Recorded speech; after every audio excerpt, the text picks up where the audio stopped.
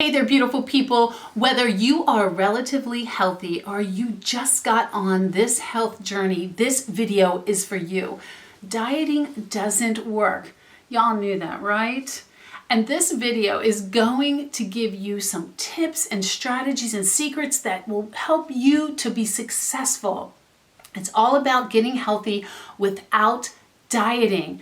8 secrets, tips, just to make it effective and easy. So stay with me.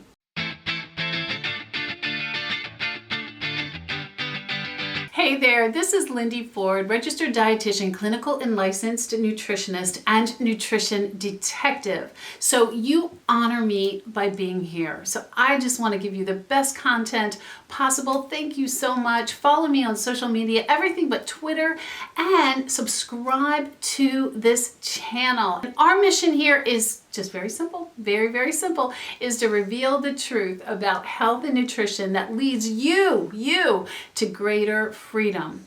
So, beautiful people, I watched my mom as I was growing up just diet. She was always on a diet. It really didn't serve her well. I actually even went to some of her dieting group meetings like Tops and Weight Watchers, and she pretty much didn't really become successful at this, and because she was always dieting and it didn't lead her to health. She actually died at the ripe old age of 51, and I just believe it's because of not following some of the things that I'm going to tell you about today.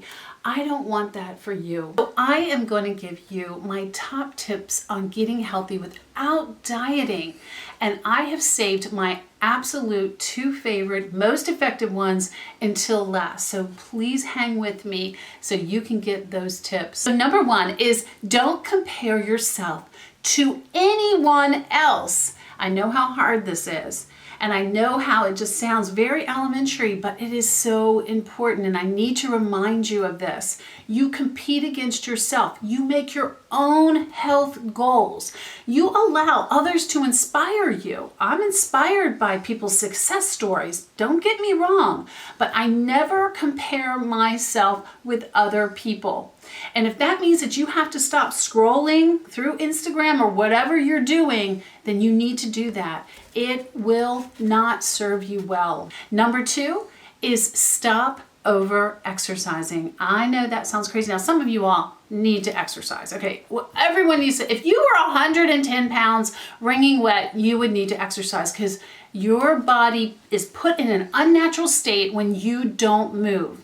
And every cell of your body is affected by your movement, and it has to be affected. But I see this. I see this every week. People coming into my office who they get gung-ho about getting healthy, and they start these elaborate exercise classes. It's not that I'm against them, but it's too much, too fast. Their bodies cannot adapt. The body is very adaptable, but you need to take it slow and incrementally.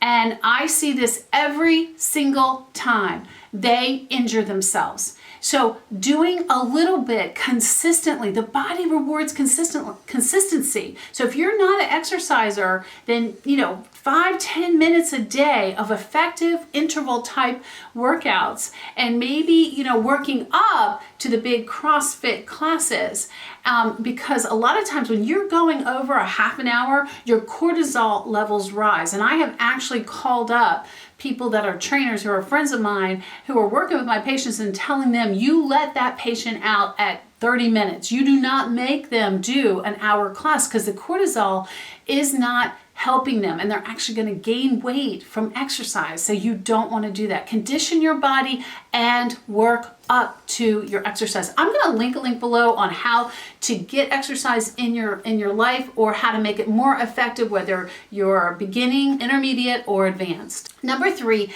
is to take your measurements and keep your measurements in a journal, and make sure you take your measurements every 2 weeks. That is your natural waistline.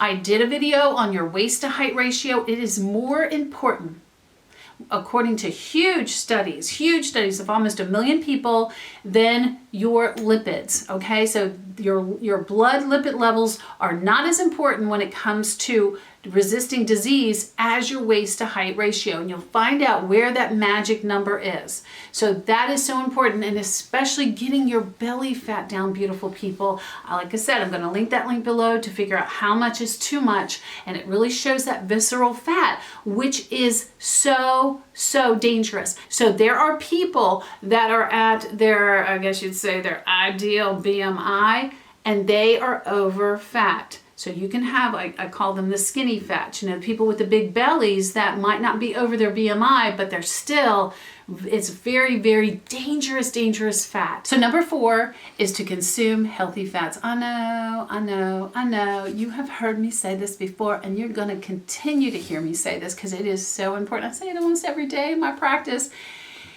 These healthy fats give you satiety. You're not hungry all the time, but the biggest plus to them is the fact that they help you with nutrient absorption. The more nutrients you have, the greater your weight loss. And I'm going to talk about nutrients and just more about nutrients in a minute. But also it gives you more energy, and you are going to be more successful at getting healthy. I'm going to link a link below on healthy fats. Please watch it, and you will see which ones to consume. Number 5 is don't allow yourself to get overly hungry. Okay, this kind of goes along with the health of fat thing, right?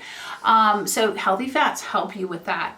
But just eating enough at those meals, not grazing. I tell everyone 2 to 3 eating episodes a day. Grazing is out. It is au passé. It is 1990s stuff, and it doesn't work. It actually creates a lot of insulin, a lot of fat storage, right? So no snacking. But if you eat enough at those meals, you should be able to last a little bit longer, and teaching your body not to be eating all the time, but also not getting ravenously hungry. Don't trust yourself. Don't trust willpower. Don't get ravenously hungry. You can be a little bit hungry. A little bit hungry is really good, but not very hungry, or you will not succeed. Number 6 is to give yourself a crave day or a crave meal. I don't know what to call it. Some people call it free day. Some people call it cheat meal. I don't like calling it that. Just something maybe that you are having a hankering for, a hankering day. We could call it a hankering meal. Something that, you just aren't eating all the time. Maybe it's a piece of cake, maybe it's some pasta, some rice. Well, I don't know what it is, but you probably aren't going to want to eat that all the time because it's going to not serve you well. But if you just say to yourself, I can eat that, I can do that maybe on a Friday or Saturday night, then that'll be psychologically good for you, and you won't feel deprived. If you feel deprived, this is not going to work. Plus, we want to be able to celebrate. We want to be able to go to parties and enjoy some foods that we normally don't eat on a regular basis. And that's fine if you do it no more than once a week. So you can have a crave day. Okay, my 2 favorites are next. And these 2 are, I believe, the most important things that you can do to be healthy without dieting. Number 7 is to make healthy habits a part of your DNA. What does that mean? First of all, you shun perfection. None of us are going to be perfect at this. If you're going for perfection, you're going to fail, okay? I just want you to be consistently eating these really good foods. If you make a mistake, you get back up in that saddle right away and just chalk that one up and think about what you could have done better, but don't beat yourself up. Everyone is different. You become who you are. Listen, I grew up on fast food and pizza basically. And it's not that I still love that food. I'm not going to lie to you, but I just don't eat it. It's not part of who I am. It's not part of my eating DNA. I have to have good foods now. I need good foods. I need them to function. And I really feel like I've changed. And you can too if you do this consistently. It becomes easier and easier. It's like riding a bike, because easier and easier in time. So make these habits become part of who you are. And drum roll, my favorite tip for getting healthy is to consume nutrient-dense foods. And that doesn't mean just low-fat foods. Of course, the foundation of that are our low glycemic veggies. I always say add before you subtract. Add, add, add. Stop dieting and add the good stuff. It's almost like this. Your cells need nourishment. And it's when you give your cells all these great nutrients, it's almost like they can breathe a sigh of relief. I know that sounds very unscientific, but it's really true. And it allows so many good things to happen for you. Number one, it opens up that AMPK pathway, and it tells the body, burn more fat. Don't store fat, burn fat. Also, you're going to feed your gut health better. And what does that do? It helps you lose weight. It helps you to have better mood. It helps you to have better immunity. The healthier you get depends on how many nutrient-dense foods you eat. Healthy fats, clean proteins, those vegetables, fruit in moderation, all of those good foods, nuts and seeds, they're all going to help you to feel better, look better, and to be healthier and slimmer. So those are my 8 tips and secrets to get healthy without dieting. Let's go over the list again. Number 1 is don't compare yourself to anyone else. Number 2 is to stop over exercising. Number 3 is to take your measurements and track them. Number 4 is to consume healthy fats. Number 5, don't allow yourself to get overly hungry. Number 6, give yourself a Crave day or meal. Number 7, make healthy habits a part of your DNA. And number 8, consume nutrient-dense foods. So I'm going to link a link below on my playlist. It's nutrients with amazing benefits for you. Click on that link, click on the links that I gave you here, because they're going to give you greater information and greater understanding of you. And I will see you in the next video.